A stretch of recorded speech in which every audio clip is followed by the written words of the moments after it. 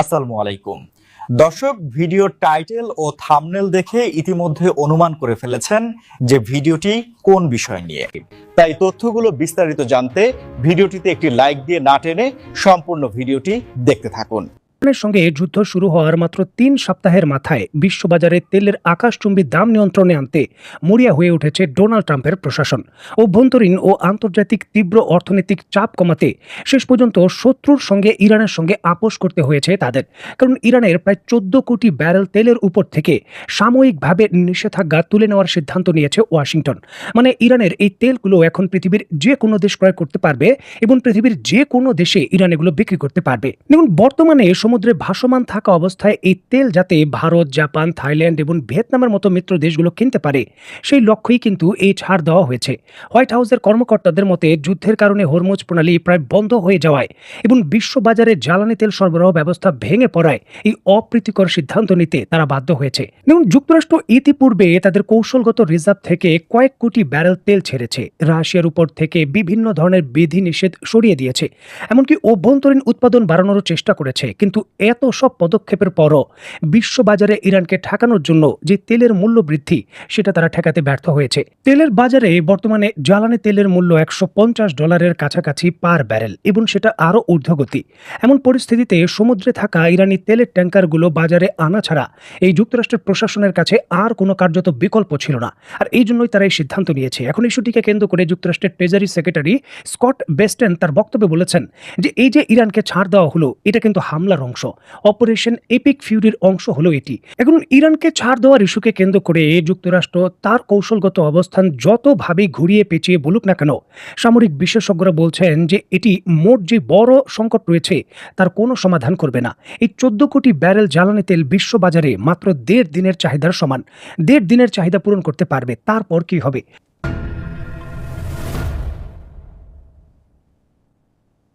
Hormuz প্রণালী দিয়ে প্রতিদিন প্রায় ২০ থেকে ২২ মিলিয়ন ব্যারেল জ্বালানি তেল রপ্তানি হয়। আর গ্যাসের কথা বা এলএনজির কথা না হয় বাদই দিলাম।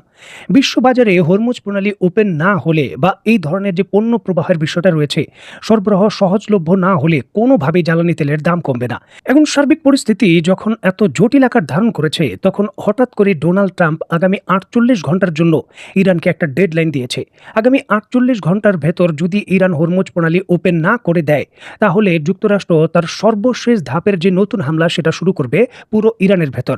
এবং ডোনাল্ড ট্রাম্প সরাসরি কোনো ধরনের রাগ ঢাক না দেখেই পরিষ্কার করেছেন, ইরানের যতগুলো বিদ্যুৎ কেন্দ্র আছে, বিদ্যুৎ উৎপাদনের যতগুলো সেক্টর রয়েছে, ওই সকল বিদ্যুৎ কেন্দ্রগুলো উড়িয়ে দেওয়ার হুমকি দিয়েছেন ডোনাল্ড ট্রাম্প। ইরান সম্পূর্ণভাবে অন্ধকারে চলে যাবে, তিনি এই ঘোষণা দিয়েছেন।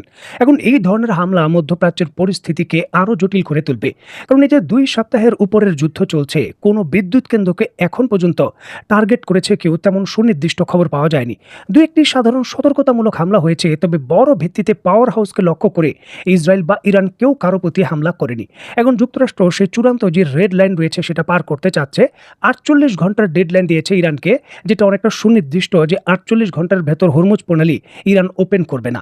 আর যুক্তরাষ্ট্র যেমনটা সরাসরি ঘোষণা দিয়েছে, সে যদি তার প্রতিশ্রুতি রাখে, তাহলে ইরানের যেই সকল পাওয়ার স্টেশন রয়েছে, বিদ্যুৎ কেন্দ্র রয়েছে, সেখানে হামলা হতে চলেছে। এখন ইরান পরিষ্কারভাবেই বলে দিয়েছে যে যদি তার পাওয়ার স্টেশনগুলোতে হামলা হয়, পাল্টা জবাব হিসাবে মধ্যপ্রাচ্যের যে পাওয়ার স্টেশন রয়েছে বা ইসরায়েলের যে পাওয়ার স্টেশন রয়েছে সেগুলোতে হামলা করা হবে। মানে এটি বলতে পারেন দীর্ঘমেয়াদী ক্ষতির নতুন একটা যুদ্ধ।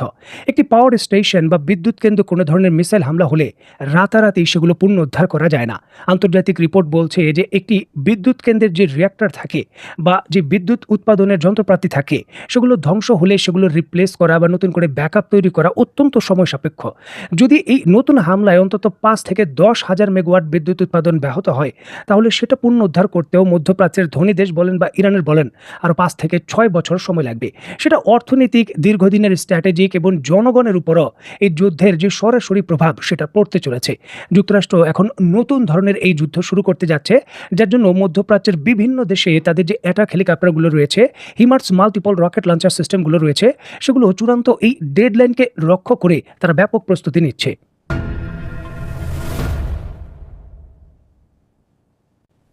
এখন হরমুজ প্রণালী আগামী 48 ঘন্টার ভেতর যদি ইরান উন্মুক্ত না করে দেয় তাহলে সরাসরি ইরানের বিদ্যুৎ কেন্দ্রে হামলা করবে যুক্তরাষ্ট্র। এই ডেডলাইন বর্তমানে চলছে, যার অনেক ঘন্টাই কিন্তু অলরেডি পার হয়ে গেছে। ইরান ক্ষেত্রে বড় কোনো ঘোষণা দেয়নি, তবে ইরান তার যে স্ট্র্যাটেজিক ভাবে তাদের গার্ডিয়ান কাউন্সিলের বৈঠক রয়েছে সেখানে তারা সিদ্ধান্ত নিয়েছে এশিয়ার দেশগুলোকে তারা ছাড় দেবে, বিশেষ করে জাপানের মতো তাদের সঙ্গে কূটনৈতিক সম্পর্ক ভালো যে দেশ রয়েছে তাদের ছাড় দেবে। জাপানের প্রায় 95% 95% জ্বালানি তেল এই হরমুজ প্রণালী দিয়ে যায়। সুতরাং দীর্ঘদিন বন্ধ রাখলে এই দেশটি এই যুদ্ধে যুক্তরাষ্ট্রের পক্ষে জড়িয়ে যেতে পারে, তার প্রচন্ড আশঙ্কা রয়েছে। আর ইরান কিন্তু এমনটা চায় না। যেমন জাপান সরকারকে কৌশলে সুনির্দিষ্ট প্রস্তাব দিয়েছে ইরান, যদি জাপান সরকার ইরানি তেল ক্রয় করে তাহলে হরমুজ প্রণালী দিয়ে জাহাজগুলোকে পার হতে কোনো ধরনের ট্যাক্স দিতে হবে না, এবং চাইলে তারা চীনা ইয়ানের পরিবর্তে অন্য কোনো মুদ্রায় ইরানকে সেই পেমেন্ট করতে পারবে। তবে যদি তারা ইরানের পরিবর্তে মধ্যপ্রাচ্যের অন্য কোনো দেশ থেকে জ্বালানি তেল আমদানি করতে চায় তাহলে অবশ্যই তাদের প্রতিটি জাহাজকে কেন্দ্র করে $20 লক্ষ বা প্রায় $2 মিলিয়ন এখানে টোল দিতে হবে, এবং সম্পূর্ণ যে পেমেন্ট রয়েছে তেলের সেটা চীনা ইয়ানে দিতে হবে। এই শর্ত পূরণ করলে এশিয়ার জাপান, ভারত এবং এশিয়ার যে দেশগুলো রয়েছে তাদের জন্য এই হরমুজ প্রণালী উন্মুক্ত। এবং প্রথম দিকে যুক্তরাষ্ট্র এমনটাই ধরে নিয়েছিল ইরানের এই ধরনের উদ্ভট প্রস্তাবে হয়তো তার মিত্র দেশগুলো আগ্রহী হবে না এবং কোনো ধরনের আলোচনা না করে ইরানের বিরুদ্ধে তার সঙ্গে হামলায় যোগ দেবে।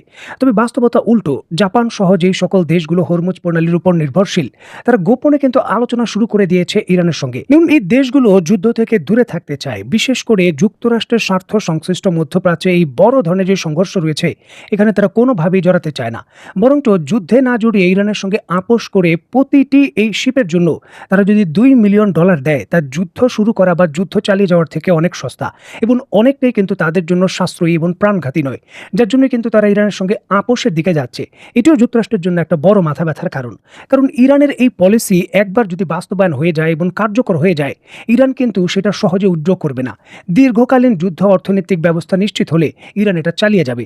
তখন যুক্তরাষ্ট্রের জন্য আরও শক্তি প্রয়োগ এবং আরও বড় যুদ্ধ করে সমাধানের বিষয়গুলো আরও নিজেকে ক্ষয়ক্ষতি করার দিকে ধাবিত করতে পারে, যার জন্যই কিন্তু এই চূড়ান্ত ডেডলাইন 48 ঘন্টা দিয়েছে যুক্তরাষ্ট্র।